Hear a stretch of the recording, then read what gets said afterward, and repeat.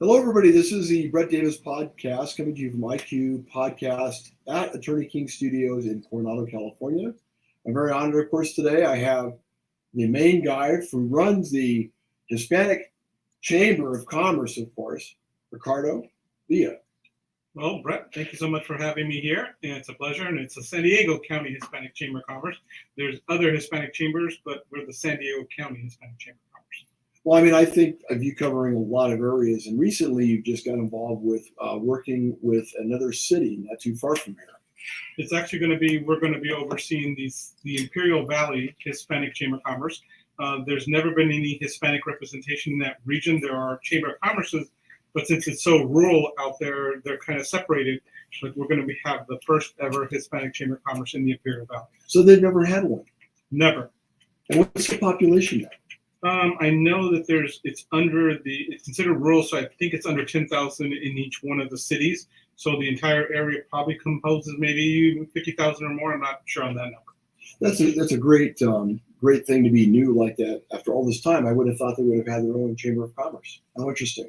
Well, I think a lot of people, because their main focus was the cities themselves, like Raleigh, Calexico, Imperial, El Centro, their focus was on that particular and try to expand outside of that. But as far as representation, there hasn't been. And the nearest chamber is going to be Coachella, and on the north, and then the nearest on the east is going to be the Arizona Hispanic Chamber of Commerce.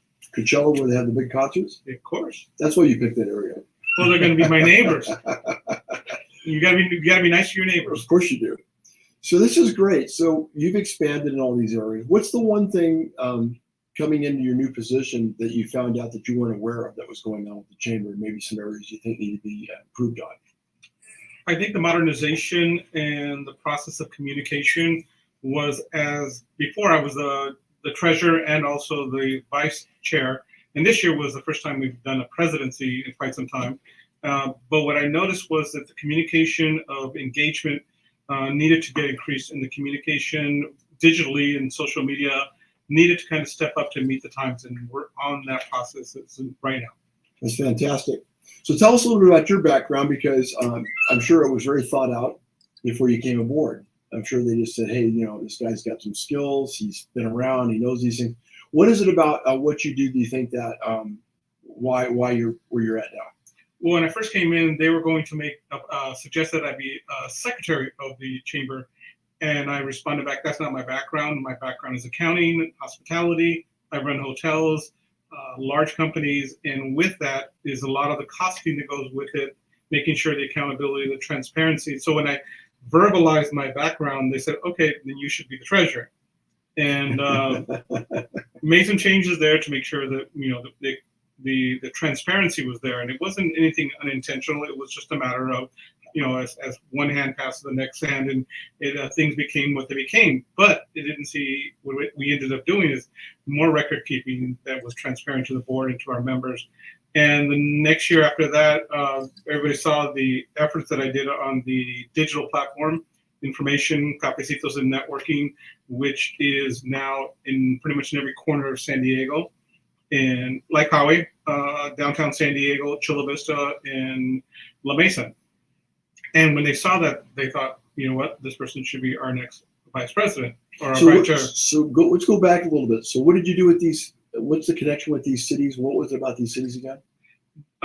There are different points on north, south, east, and west. Right. And most of our members really want to learn how to perfect their elevator speech, or how do they present themselves, or how do they ask. So we use our cafecito networking to bring out that style or skill that is sometimes not taught, so that they can be able to grow their business. So there's always a question of how to get better at running your business. And we strategically put them in those regions so that people could, on different dates, show up and ask for help. Got it.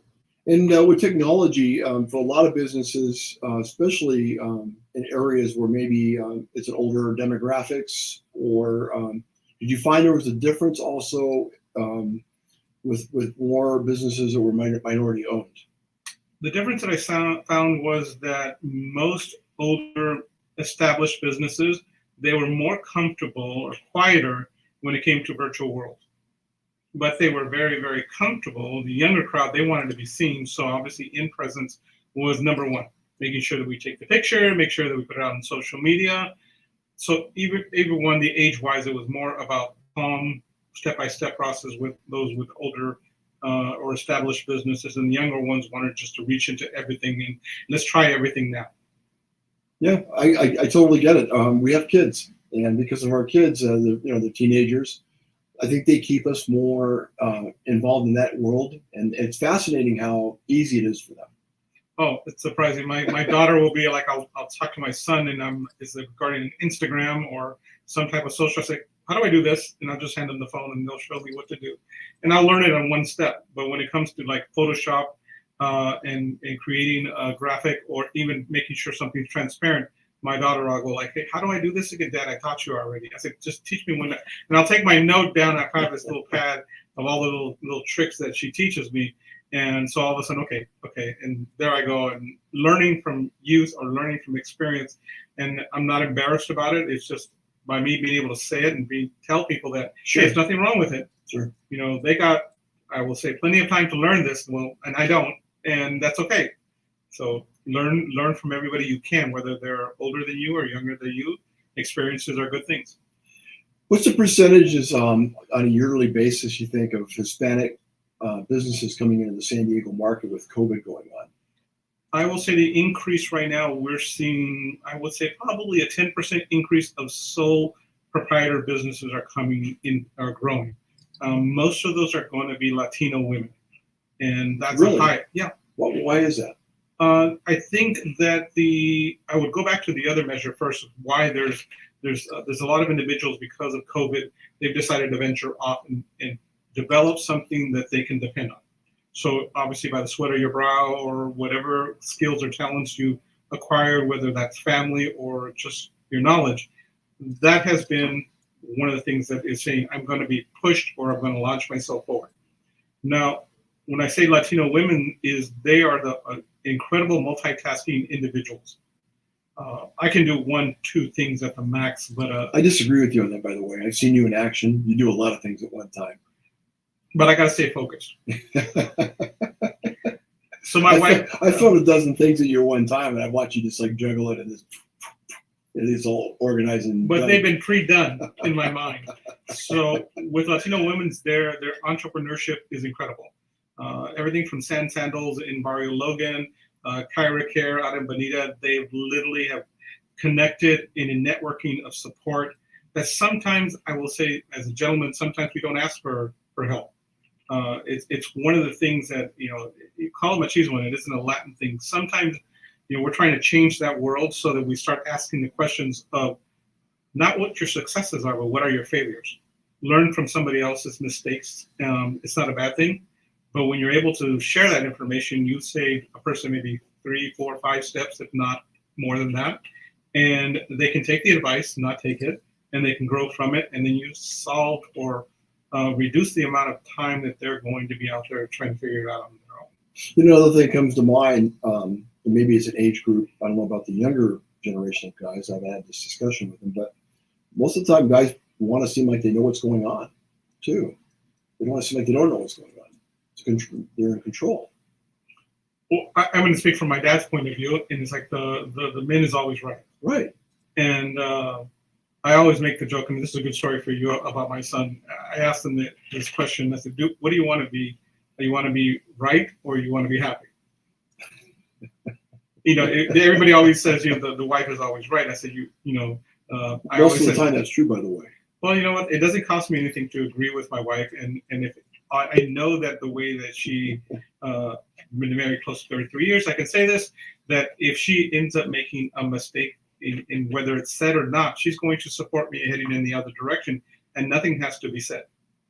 And that, I think, to me, is like, it makes me smile. I don't have to tell her you were WRONG, because that word doesn't exist. But support is a strong tool, and so when we're both on the same wavelength or same direction, it's a strong and powerful thing in a partnership, whether it's male or female or otherwise. It's important, and so for me to say that I choose to be happy rather than to say somebody's wrong. Good. Well, women seem to have that special instinct about things. They seem to know what's going to happen before it happens too. They're really in tune with that. They're My very wife, sharp. my wife is kind of a little bit different. She knows me through and through, and she goes, "I'll have a smirk on my face," and she already knows what I'm thinking. So when I say that, it's like, you know what? They take the nuances that are out there, those little details that we sometimes don't observe, and they're able to take it from point A, B, C, and D before we even thought about it, and that's a good thing. And I think that's going back to entrepreneurships and females, Latinas especially. They literally are very, very smart in learning where they can find resources, who they can connect with, and when they connect with themselves, I will say they have this hidden language that we gentlemen don't have, and that is that's a great support system. Oh yeah, it's huge. So you've also done some things that were very vital, which was helping businesses find ways to get grants, which is very valuable.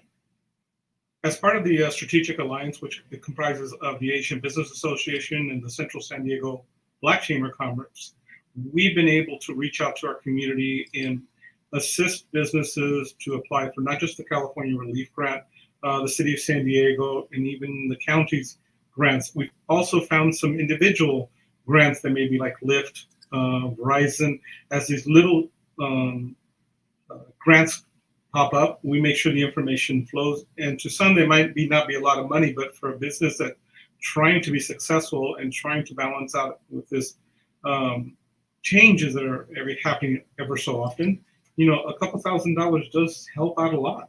Sure does. And be able to get that message out there and have people use that to recover or to change their business plan, it means a lot. Can you think of a business that recently used some of those tools that you were able to teach, that maybe they got the grant, it was able to make a difference in some way? Well, actually, there's a gentleman who is called Aaron Photography, Aaron. He was part of the banquet halls in Chula Vista that were closed for almost a year. Right. And the reason I bring up his story is because we started having a meeting with the banquet halls during COVID, and they showed them how to generate revenue, even though closed, in compliance with the County Department of Health. Mm-hmm. And I trained him. He was watching what I was doing as far as applying for the different grants. And when the next one came up, I gave him a call and I said, "Hey, are you going to apply?" And he goes, "Oh, no, I'm actually teaching and helping everybody else apply." So, I kind of, in one way, wanted to help them, but they were already being helped by this other young man, and he was doing it at no cost. Wow. Nobody should be charging for grants assistance. And so I sat there and I'm like, okay, that means less work for me to do, but I'm proud that somebody took it to the next level, that somebody says, I'm going to pay it forward.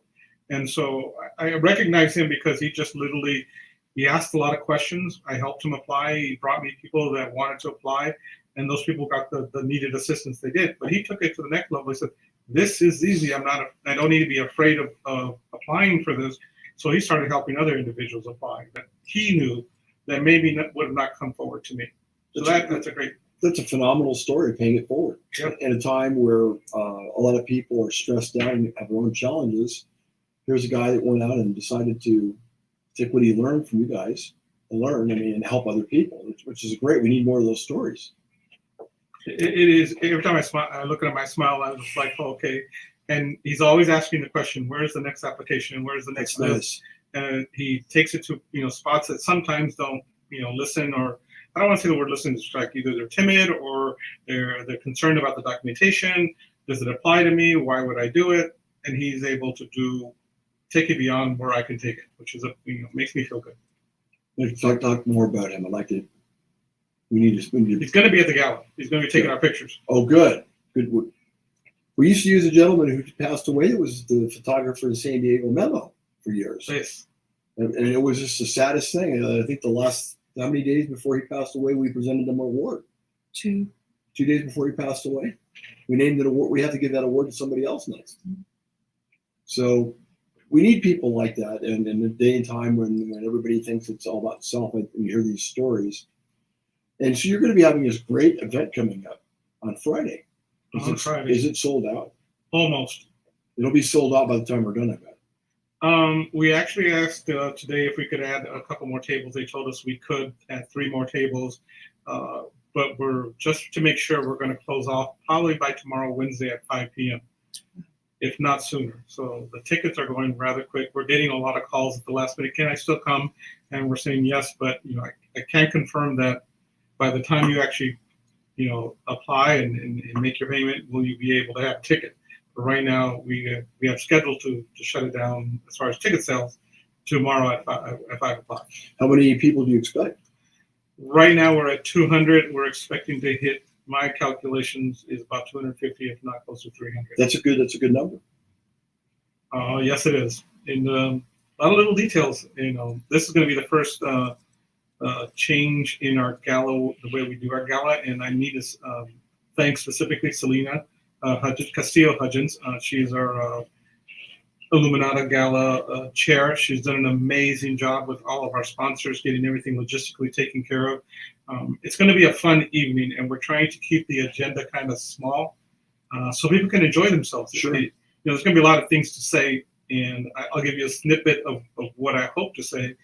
We could talk spend a lot of time about what we've done, but I really want to focus about what we're going to get done next year. I love it. It's not about accolades. It's more about we still got work to do. Right. And prepare for what possibly could end up happening again. Maybe a lot of. I look at the positive of COVID. I look at how maybe a lot of people weren't really prepared for types of situations of challenges or disasters. And I think if anything comes out of this, I think we've learned how to really prepare if we want to be around a while or longer as businesses or people. I think a lot of people got complacent and maybe didn't plan for a rainy day or a challenge of some kind that, a lot of businesses don't plan. They focus on the things that they immediately see one step ahead of them. And I remember early on people were talking about, okay, we're going to go back to normal. We're going to go back to normal. And I was like, no, we need to adapt. And I know everybody used the word, pivot, which I do not like that word. I think I've said that to you before. I like the word adapt because if we adapt to the modernization of not only our younger crowd, that they do like Zoom and all these virtual and the instant messaging and all of these things that have surfaced, it opened up markets. The e-commerce has boomed because of this. We have businesses that they survived only because they shifted everything to e-commerce. And now the question is, they also found other requests for specific services they never thought about. And they're like, okay, this is a revenue stream that helped me through this period. I think I want to keep it. And rather than just focus on one revenue stream, they may have 3 or 4 or 5. And they're going to like, okay, when one gets lowered, because demand is lowered, the other one can rise. And they're starting to look at the business from that perspective, which we all should, but it has opened up that opportunity. Not that we learned lessons, it opened up that opportunity. But more importantly, it's going to be that people are searching out, learning themselves a new trade. The number of people that are actually going and getting certifications at virtually and learning new trades, I cannot tell you how many businesses for baking and cooking that have gone out from the kitchen and have now gone to pop-ups and then now have e-commerce. Those are businesses that are generating money. And in most cases, I need to say it that way, most cases are generating taxes. We want to keep those businesses so they can go to some type of brick and mortar. But if they don't and they go to e-commerce, you're still going to have a great opportunity there, both for the business and the community, because you're going to have employment, right? And taxes, of course, that goes along with it. Of course. You got to keep everything moving along. Absolutely. What's a good website people can go to learn more about the San Diego County Hispanic Chamber? It's going to be San Diego County, or the initials, sdchcc.org. And it's going to be, I believe, on the screen, but my email, chair@sdchcc.org. It shows a lot of our events that we're having on a continuous basis. We have a blog that we put out there with information, our social media, Instagram, Facebook, for every one thing that we do, including the Imperial Valley.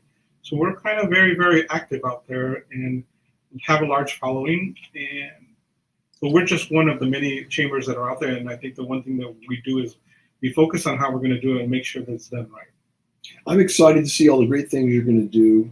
We're going to become a member, of course, which is very Glad to important. hear that. Well, it's very important to us, and we support what you're doing, and we want to see you succeed, and we want to learn as well with everybody else, which I think businesses out there that want to learn.